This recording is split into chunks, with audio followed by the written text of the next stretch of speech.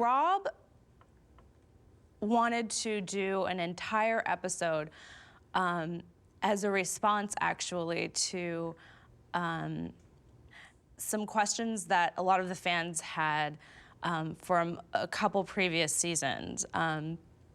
It was from the time that Gabrielle fell into the lava pit, and then there were subsequent episodes, obviously, where Gabrielle was dead, or fabled to be, and suddenly she, you know, came back into existence and they reunited, and we all know what happened from there.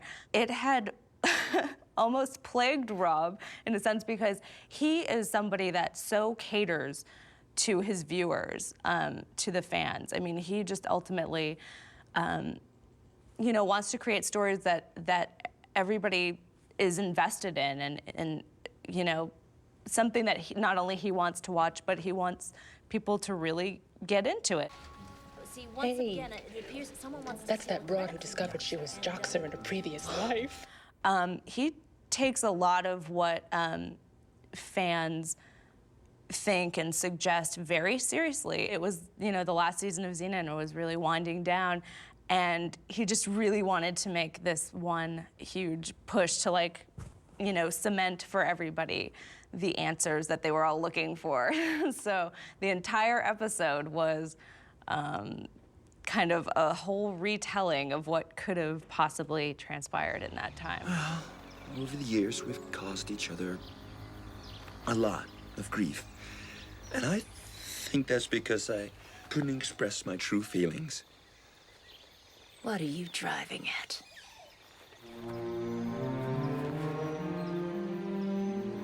Will you marry me?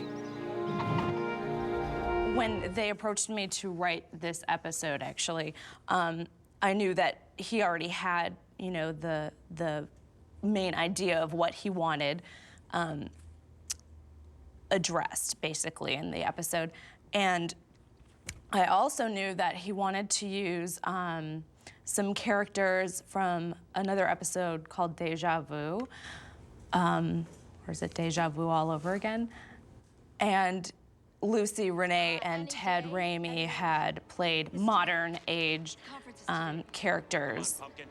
And he wanted to bring those people back in because, I mean, it was, you know, Xena was ending, and it was really an opportunity to kind of, with one of those episodes where you're able to go to modern times and then go back and forth, he really wanted to utilize as many of the characters that he had, you know, created and loved over again for one last time.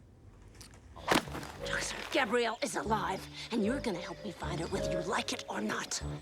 As far as options for how Gabrielle could have possibly, conceivably, lived during the lava pit fall. Oh, picked up a little something on Gabrielle. You're spying on me now? No, I'm just worried you're still holding out hope.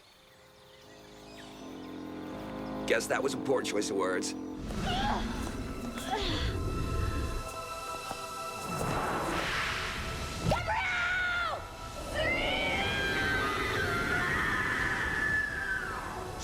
The character of Gabrielle is such, you know, a caring individual and completely from the heart. And it was just that ultimate maternal instinct, I think, is what we rationalized there, that despite everything, you know, she would save her child. That was her child, and that was the end of it. She's somebody, obviously, that believes in redemption. She believed in it for Xena, and I mean, that was obviously the ultimate example of that, so why not hope?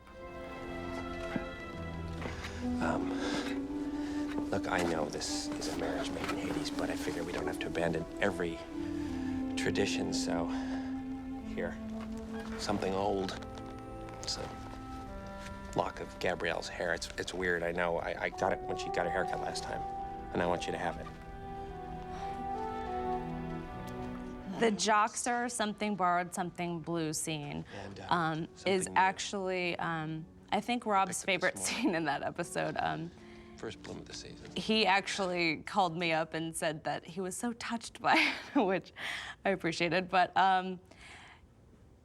yeah, it was, Ted, first of all, is such a rare talent. I mean, this guy is able to go from absolute screwball comedy to completely poignant, moving scenes just in a flash, and you buy it all the whole time. I guess we need something blue now, huh? That's easy. It's me.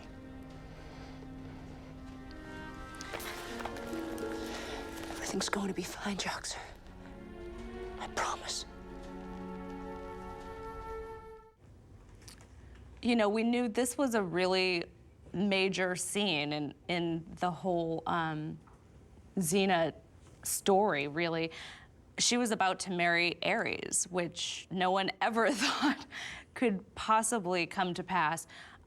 So it needed to be treated kind of with the weight with which it really had.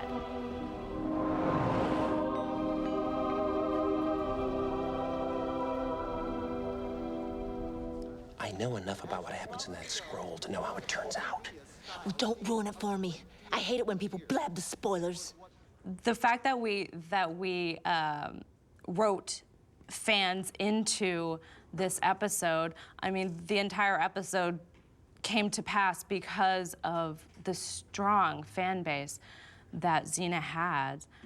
How could Gabrielle have shown up? That defies the logic of the following scrolls. Yeah, Xena and Gabby don't meet up until a family affair. What kind of Brooklyn Bridge are you trying to sell us today? Rob really wanted to make a whole episode really for them and about them, and why not, since we were in modern day, actually put some fans in there with their own opinions and, you know, just really getting into the whole mix. And I think it's always fun for viewers to see that. I mean, they could actually relate to it, and you know, maybe they thought it was after them. I mean, so many of them had approached Rob, Lucy, everybody at conventions that, you know, with ideas and just everything that, you know, why not put them in and give them a little bit of a credit. New scrolls means new episodes! It's season 7! Yeah, season 7! Season 7! Rob Tapers, give us what we want! Deliver a new season, a 7th season of Xena! Right. Meg in the whipped cream outfit.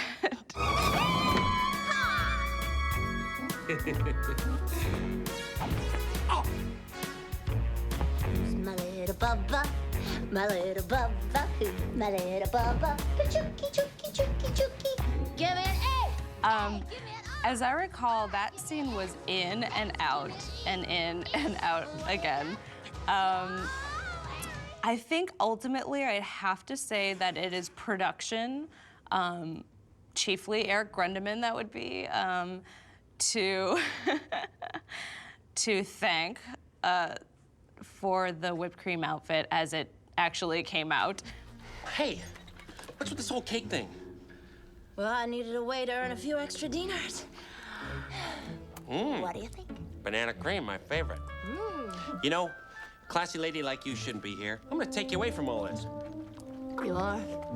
Yeah. Well, what happened to your other good friend, Gabrielle? Oh, her?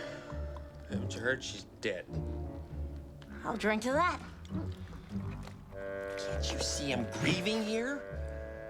Well, sorry, baby cakes, but dead is dead. Can't change that. No. But I can try.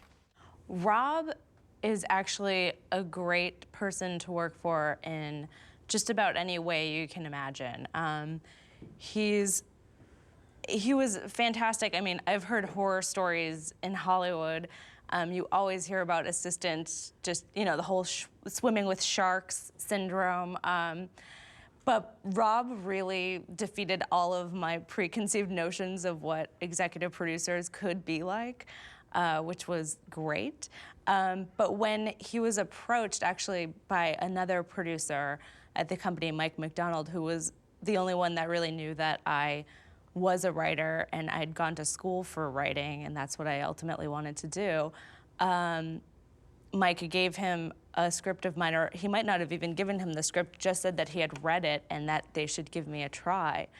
I mean, Rob was so gracious about it, and he could have, you know, just wanted me as his assistant for the rest of his life and not given me any other further opportunity, but he was really great. I mean, he really went into it blindly, and, you know, he didn't know if I was any good, really. So it was really an opportunity for me to prove myself to him in another capacity, and to launch a completely new career for myself, so.